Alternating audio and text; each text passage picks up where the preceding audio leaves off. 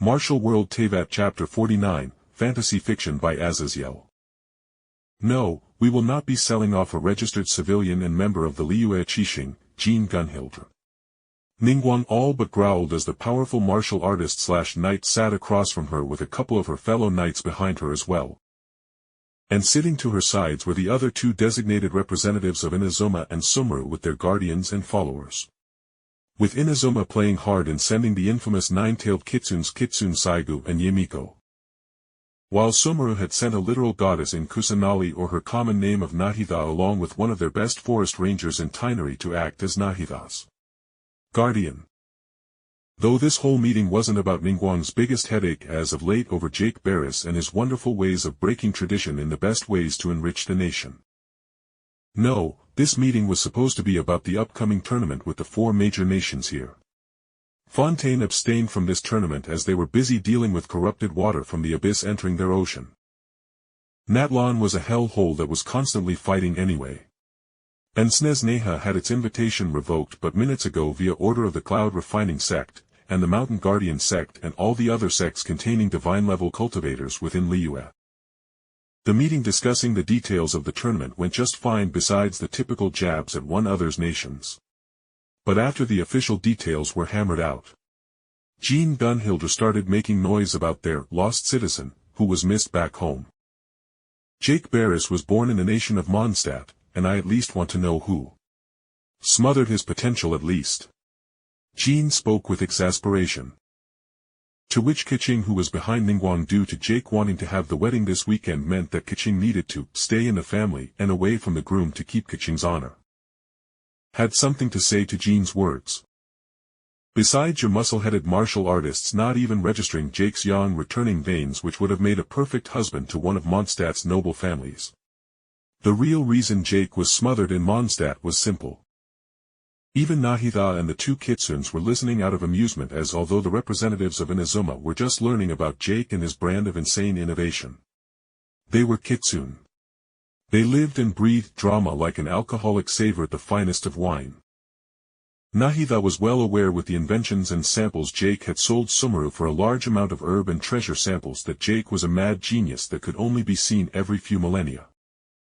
You people are infamous. Literally infamous for breaking into your civilians' homes to steal their metal anything in order to replace the weapons, armor, and arrows you all use in your battles. Qixing spoke before a cold smile crossed her face. Who is to say Jake didn't try to make his technology before in your land?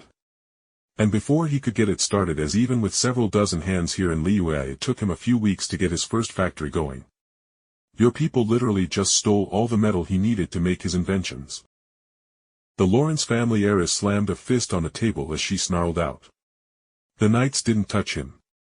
We didn't even know he existed despite our librarian claiming to have never seen him in the library despite basically living there. And the knights made careful records of whatever we seized so we could pay our civilians back as well. The room went tense as Miko giggled and said, "Oh, I heard about that. I heard you paid your citizens back with wooden utensils and many have switched to eating Inazuma-style food after picking up chopsticks, haha."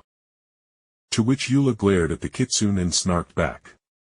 At least my people can eat full healthy meals every single day. What were the rates again? 30% of your population going with only a single porridge meal a day. Both Kitsune glared at Eula Lawrence, who sniffed elegant uncaring of the Kitsune's glare. But then Nahida tilted her head to the side and spoke. So Ningguang, I am happy to hear Jake's second factory is going to so well. Several thousand pills, dawn, and elixirs coming out every week. Most impressive.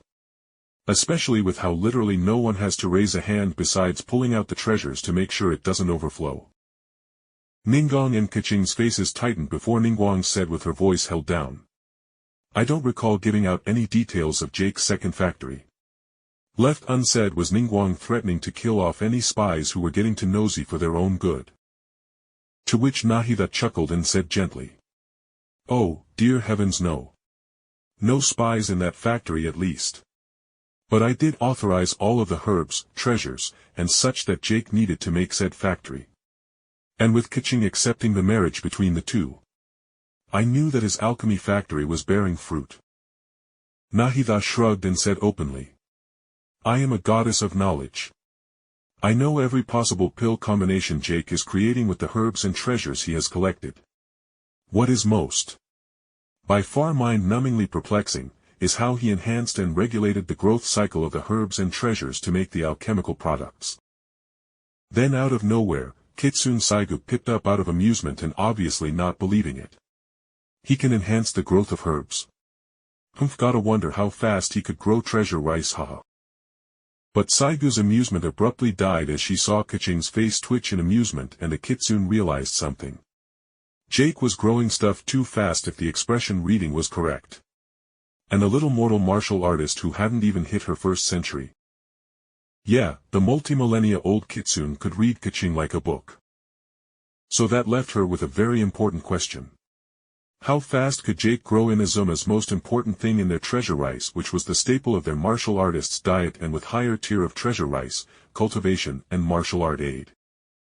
The room was silent for a moment before both Jean checked the Mondstadt equivalent of a jade stick, as she had obviously gotten an important message. Then Jean made a humming noise and spoke. Lady Ningguang, in any case I must ask you to excuse me. We have finished arranging the details of the upcoming tournament and I have some meetings with several merchant clans to deal with now. With that Jean stood up, with Eula quickly following, with Ningguang thinking that Jean was going to get ripped off by the local merchant clans for the metal they desperately needed.